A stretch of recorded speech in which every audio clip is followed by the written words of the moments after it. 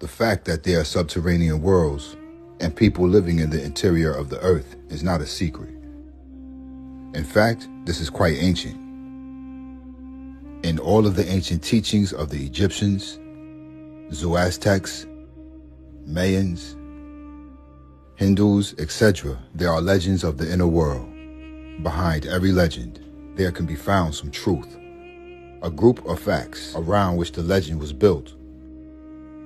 In the Egyptian Book of the Dead, a strange and mysterious boatman had charge of the souls of the dead.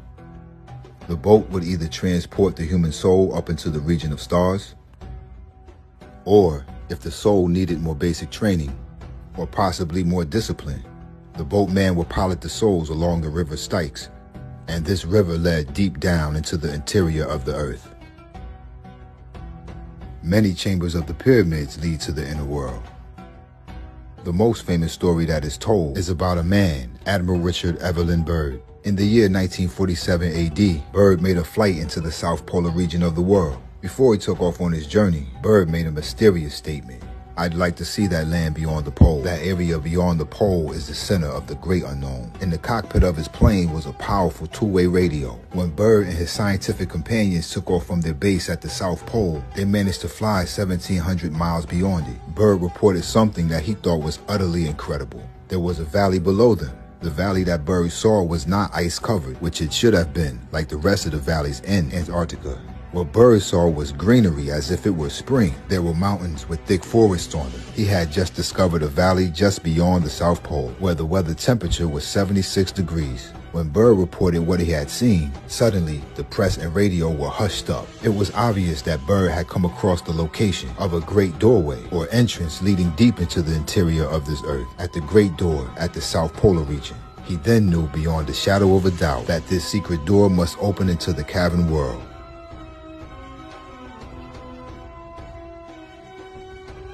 In the year of 1993, Admiral Byrd's nephew, Harley Byrd, was interviewed by Far Out magazine, in which they discussed his beliefs in the inner world. Harley Byrd explains that, and I quote, "Admiral Byrd flew into several openings in Antarctica and the Arctic. The fact is, Byrd flew into an active volcano inside of a glacier in Iceland in a small scout plane. He went down into the intercontinents, where he sat down with who he called the Flugerods, blonde people, who we're finding out now are the lost Aryan race, the super race. The Flugerods are a super race that live in the earth. They took him to this inner chamber, and he met with a lot of aliens. The Sasquatch people were there, about 7 different archetypes. There was a lizard man. All these people that we've been talking about were in there sitting around a table, kind of like a secretary of states of all these different races. And he said there was one called the Benevolent One at the head of the table. A tall man with a big skull, the master of all masters. The Flugerods were like his escorts. The Greys were there. There were humanoid people from Pleiades there. They told Admiral Byrd basically that the Earth was in deep trouble, an old story. It's out of balance economically, it's out of balance on its axis, it's out of balance spiritually, it's out of balance in every way, and we're spending all our money to destroy ourselves. And obviously, we're not going to be part of the intergalactical community until we change." End quote. He went on to say, and I quote, "There are openings all over the planet. It's like Swiss cheese. I've been researching this for 20 years. There are openings under the Mayan temple in Guatemala. There's an opening under the Great Pyramid. All of these places. It's international and top secret. Every country in the world is in a conspiracy to keep people out. Everywhere there is an opening, and they're all around the world. Everywhere, they're all controlled. I know that the earth is hollow." End quote. The existence of the inner world has been denied so much until people assume that it is fiction.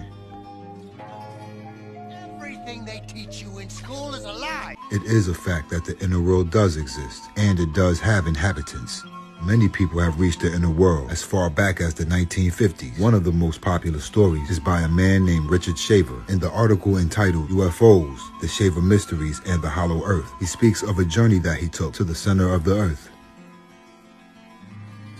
Maurice Doral, born Claude Daggins, who is the highly respected founder of the Brotherhood of the White Temple in Sedalia, Colorado. In his book, he says, "In ancient teachings, the earth is hollow and inhabited.